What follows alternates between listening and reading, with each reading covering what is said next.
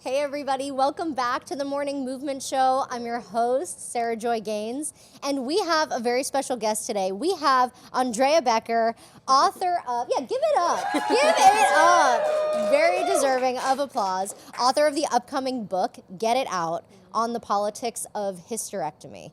So, a very important topic, lots to cover. I'm super grateful you're here and so excited for your book to come out. July 15th, right? July 15th. July 15th. Yeah. Save the date, get it in your calendar. Well, Andréa, thank you for being here. Thanks so much for having me. This is such a fun show. How'd you find the movement portion? Loved it. Got to shake around a little bit, to flop. Yeah, it was Love great. it. We love shaking and we love flopping. We find that it helps to let the words flow a little bit more too, you know? Totally. Well, before we get into the book and how you wrote it and your whole process around it, can you take us back and tell us what's your earliest memory of movement? Yeah, my earliest memory of movement. We did yoga when I was in elementary school, which we were really lucky. I think someone's mom was a yoga teacher, and she convinced the school that we needed yoga classes. Amazing. So that was really fun because I was 8 years old doing yoga poses.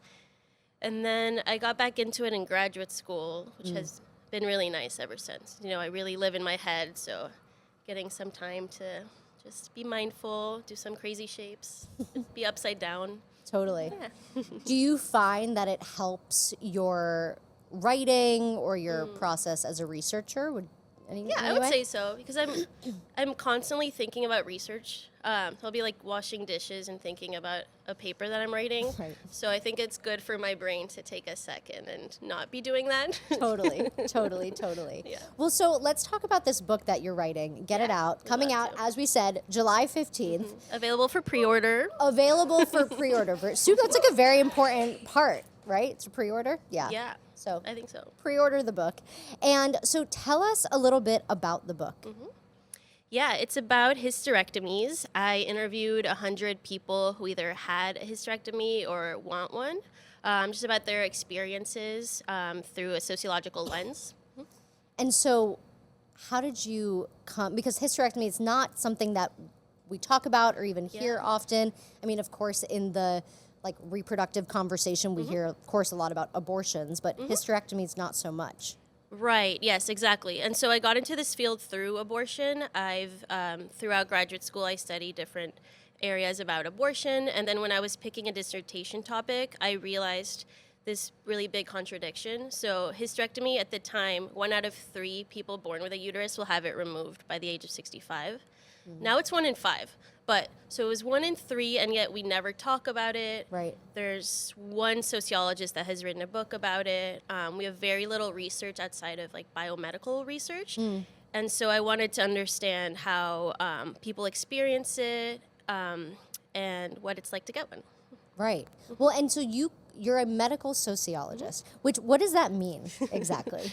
Yeah, I guess most people hear like medical anthropologist most commonly. So medical sociologist, I'm essentially a public health expert, but with more theory. So it's a little bit more nerdy, thinking about how different elements of health are influenced by society, by things like stigma, gender, race, class, how all of these things influence both our experiences with our bodies, our meanings of health, and then how we navigate the healthcare system. Totally. Yeah. Well, and I know from reading some of the book that one of the points that you're making is that hysterectomy, there's often this narrative of like it's always this horrible, terrible thing, but a lot of, from what I understand, who you're interviewing are choosing Exactly. to get this. Yeah, and that's another part of the contradiction. So when we think about hysterectomy, we typically talk about it as this horrible thing that happens to you, that's chosen for you, either if it's an emergency hysterectomy or like in 2020, there was this horrible story about forced hysterectomies on migrant women in ICE detention centers. But it's also really common, right? And so a lot of people also want a hysterectomy, are actively choosing one, and they're fighting against these narratives that it's bad for you. Right. And I should say that a hysterectomy, I call it, my first chapter is called Not Your Mother's Hysterectomy, because a hysterectomy used to be this really huge surgery. It was like a cross-body incision, really long recovery time, but now it's robotic. So it's like a couple little stitches or incisions, and then it's a few weeks of downtime. And so it's a lot simpler, and Right. because of that technological refinement, it's also a lot more desirable, especially if you're having a host of different issues with these organs. So. Right. So can you talk a little bit about, because again, this isn't something that is commonly talked about, though Right. it is so common. So what are some of the reasons that people are getting hysterectomies? Yeah, so it's admittedly this catch-all solution for like dozens of issues that we have with either the ovaries, the uterus, or the cervix. So we have a lot of gaps in research and in treatments and diagnosis as well. So anything like adenomyosis, which is it warps the uterus, or endometriosis is more common. Lena Right. Dunham had a hysterectomy for endometriosis. She wrote about it for Vogue, so a lot of people first heard about hysterectomy through her. Or fibroids. So there's a lot of different chronic issues that cause a lot of pain and bleeding and logistical nightmares, to say the least. Right. And so that leads to people just wanting to get it out. Yeah. Hence the name of the Hence book. the title, yes. Did the name of the title, did it just come to you, or what? Well, at first it was called Unchoosable. Because you talk a lot about choice, actually, right? Yes, because it's impossible to choose it. So if you want it, doctors say like, no, you'll change your mind. Let's wait. Maybe your future husband will want a baby. These horrible things. Or some people who don't want a hysterectomy, doctors will tell them, no, this is your only option. You need to have one. And it really hinges on people's race, gender, and class. So I interviewed trans and non-binary people, too, to compare the experience between cis women and trans and non-binary patients. So across all of these various categories, it's almost impossible to choose. So unchoosable. But then in interviews, people would say, like, I just wanted to get it out. And so then that was the second title.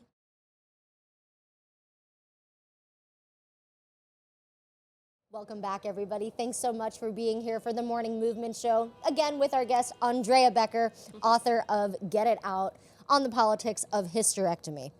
Now, before the break, we were talking about the title and how you came to this title of Get It Out. So can you just give us a little quick recap of that? Yeah, so a recap of that.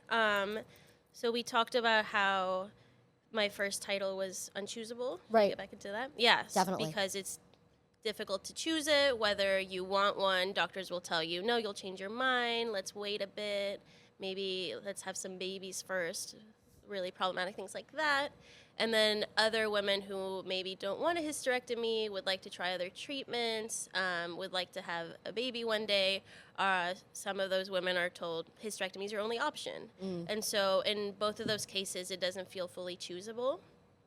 But then I got the idea to name the book Get It Out, because a lot of the people I spoke to said, like, when they were in the midst of a lot of pain that they were experiencing, or frustration with their doctors, like the phrase that kept coming up in interviews was, I just wanted to get it out. So interesting. Well, and you. so can you talk about, because I know you interviewed 100 Yeah, people 100 for people. this. So what was that process like? How did you go about finding them? Who were they? Good question. So I tried to do I did do half cis women, half trans or non-binary people. And I recruited primarily online. So the one good thing about it was during COVID, so peak 2020 lockdown. Wow. I was very bored in my apartment, as you can imagine. So I sent a lot of recruitment flyers out. I was blasting listservs, messaging different Instagram groups like Endo Warriors. There's Hister Sisters on Facebook. Love. All of these different groups, yeah. And then because I had all this free time, I could interview like 2 or 3 people a day. Wow. And then because other people were really bored and had free time, they were available for interviews. So that's how that happened. And then I also asked people to refer me to friends or family. Right. So most people know at least 2 or 3 people who have had a hysterectomy. And so I was able to pretty quickly get 100. My school was concerned that I wouldn't be able to find enough participants for my study, but I ended up having to turn people away to say, Wow. like, I actually have enough people. So I got really lucky. And over what was the period of time that you interviewed people? about a year and a half, Okay. I want to say. It was really, the majority of them were concentrated within the first 6 months. And then as I was trying to make sure I had like racial diversity, age diversity, geographic diversity, I was then doing more targeted recruitment. Yeah. And of all the folks that you interviewed, what was, I mean, I guess some of like the biggest themes that you came across? The biggest themes, yeah. So I think there's 5 chapters. But I guess something that was really interesting to me was the notion of elective medicine. So when something is elective versus essential. And I hadn't thought about it until we were getting through these interviews. Because for trans and non-binary people, it's considered an essential healthcare procedure. The Association for Trans Health has endorsed it as like necessary medicine, even if someone might not necessarily want it, or the uterus isn't causing them any pain or issues, it's still essential. And then for cis women who are having a lot of pain and bleeding and really want the uterus out, it's considered elective, even if you're having so much pain you can't get out of bed, or you're not able to have sex or things like that. It's still considered elective in a lot of cases. And this leaves a lot of leeway for doctors to make decisions based on their own ideologies. Right. Or for a healthcare system to say, oh, we don't do hysterectomies because when they're elective. So that was something that was really interesting to me. And, well, I should say that a hysterectomy, when it's wanted for trans healthcare, is really, really powerful for mental health and for physiological health as well. So I think it's essential healthcare for everyone who wants it, essentially. Totally. Yeah, and I think the point of who is deeming what is essential versus Exactly. elective. Yeah, for a lot of the people who had one, they don't consider it elective, even if their insurance company does. Right. Right. Wow. And were there any particular stories that really stood out to you or shifted the way that you were thinking about this? Yeah, so there was this one woman, Stacy. Well, I called her Stacy. That's all pseudonyms. She's Stacy in my book. She lives outside of New York. She was 21 years old, had endometriosis symptoms since she had her first menstrual period, like the age of 13 or so. So really terrible time. And then when she went to get help from her doctors, they either told her, oh, this is normal, just take some ibuprofen. Or then some doctors told her, oh, what if you just get pregnant? That'll fix it, because then you'll have 9 months of no symptoms. And she was saying, I'm in college, I don't want a baby right now. And the doctor told her, well, you can always place it up for adoption. It's not that big a deal. That doctor should be... Wow. Yeah, so then for her, the only solutions doctors were giving her were pregnancy or hysterectomy. And she was saying, surely there's another solution. And then she ended up on her own. She had to find a specialist. So she went to social media. She reached out to other people who had these symptoms, and they were the ones that pointed her to a specialist. And then she got what's called excision surgery. So it's when they remove the growths, the endometrial growths. And now she's able to have a pretty pain-free life without having to have a pregnancy she doesn't want or a hysterectomy she doesn't want. Yeah. Wow. And for you, when you're doing all this research and, this book that's going to come out July 15th, what do you hope that folks take away from it? Yeah. I think what I want people to take away from it is that having a uterus is a really hard work.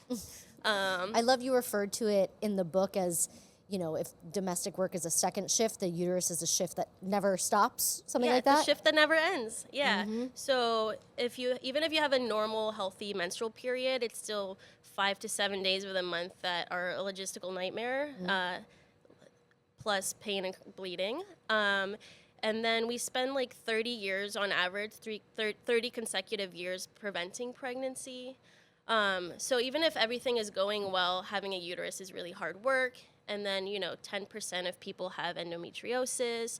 There's polycystic ovarian syndrome, fibroids. There's a host of various diseases. And at the same time, the healthcare system makes it really difficult for us to keep these organs healthy and to get them out. And so that's what I want the book to teach people. Yeah, and the last chapter, I mean, you talk about how essentially if we shift the way that we're thinking about uteruses and hysterectomies, we can shift the way that we essentially view the world, right? Yeah. And the two inform one another. Yeah, so reproductive health care in general connects us with so many different things. So we can use reproductive health care to think about gender, the role of women in society, what race means, historical and contemporary eugenics, class, the economy. All of these different things are entangled when we think about reproductive health care. And so the notion of someone wanting to remove the uterus altogether and the moral panics that come around with that really teaches us about a lot of different parts of our society.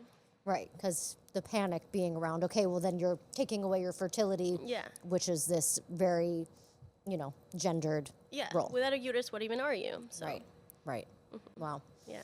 And did you find any like shifts within yourself when writing this book? Whoa. I mean, so I'm a researcher, so I'm removed from it. Right. I mean, it was interesting writing the book. I got into the history of gynecology, the history of transgender healthcare, the history of racialized medicine. And so I don't think there was necessarily a shift in myself, but I was able to see these three histories within healthcare and how interconnected they are. So, without eugenics logic, we wouldn't have things like birth control and abortion. And without gynecological advances, we also wouldn't have trans healthcare. And so all of these different areas of medicine are interconnected. Right. So. Wow. And what's your hope for the world in this front? I mean, right now I have a lot of hopes. Yeah, trying to stay hopeful, but, I think even when writing the book, before things got even worse, I wanted more research into these areas. I wanted, a healthcare system that is more trans-inclusive and racially competent, intersectional. And so my hope is that we get back on track and are able to study these things. So right now the National Institute of Health, they got a list of words that that they're supposed to reject research proposals if they have those words. And one of those words is women. Right. Women and woman.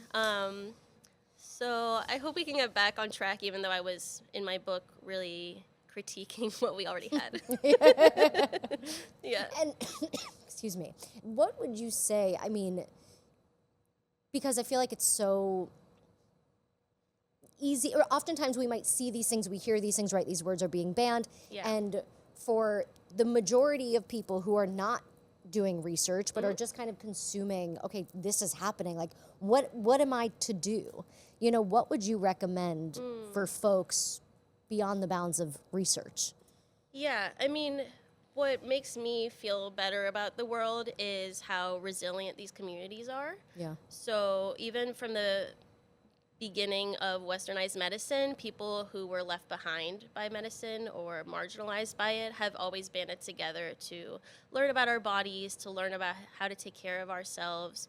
We can think about the women's health movement in the early 20th century. We can think of the HIV/AIDS movement in the 70s and 80s. So there's always been a way for communities to make healthcare work for us and to spread knowledge and awareness. And so I think continuing to do those things and learning about our bodies, learning how to take care of each other and ourselves is what's critical. Definitely. Couldn't agree more. Well, I want to turn over to our audience for a question from our crew over here. Yeah, this book sounds really interesting. I can't wait to read it. Were there any, during this process, authors that kind of inspired you or anything like that? Yeah, so Miranda Wagner is a medical sociologist that I really admire, and she wrote a book called The Zero Trimester, and it's essentially, so we have, in pregnancy we have trimesters, but she's saying that all women and girls are treated as one-day mothers, and that influences how doctors treat women and girls. Even the vitamins that we're told to take are to prepare us for a one-day pregnancy. And so when writing this book, that really influenced me to think about how doctors treat someone who wants to remove their uterus if they're thought of as one-day mothers. And then also Steph Schuster wrote a book called Trans Medicine. And yeah, it was the first, well, it's like a formative sociological book about trans medicine, the history, all of that. So I'd say both of those are really good. Yeah. Wow. I mean, it makes you just think about, I mean, how much, right? Obviously, we are so shaped by the societal narratives around us, and that concept of the 0 trimester of all women to one day be mothers, how much is that shaping not only just medicine, but really everything? Yeah. And then also reproductive justice as a framework and as a scholarship area has really influenced my book too and my work. So thinking about the history of these healthcare procedures, why someone of one race would want this procedure over another person, Right. like what these procedures mean for different communities, I think is really key. And the choice to not only opt out of parenthood, but the right to become a parent also. So both of those are really key, and Totally. reproductive justice really informs that. Amazing. Well, Thanks. thank you so much for your Thank time you. and your wisdom. Get It Out, coming on July 15th, but you can pre-order it now. Where can people find you? Instagram, Twitter, Okay. Blue Sky. Blue Sky, nice. And where can folks pre-order the book? So it's available on NYU Press, New York University Press, and then also on Amazon. Awesome. Yeah. Amazing. Give it up for Andréa Becker. Thank you so much. Get the book. Get It Out. Coming soon. Thank you so much for being here. Thank you so much. This was so Thanks, fun. y'all. See you next week.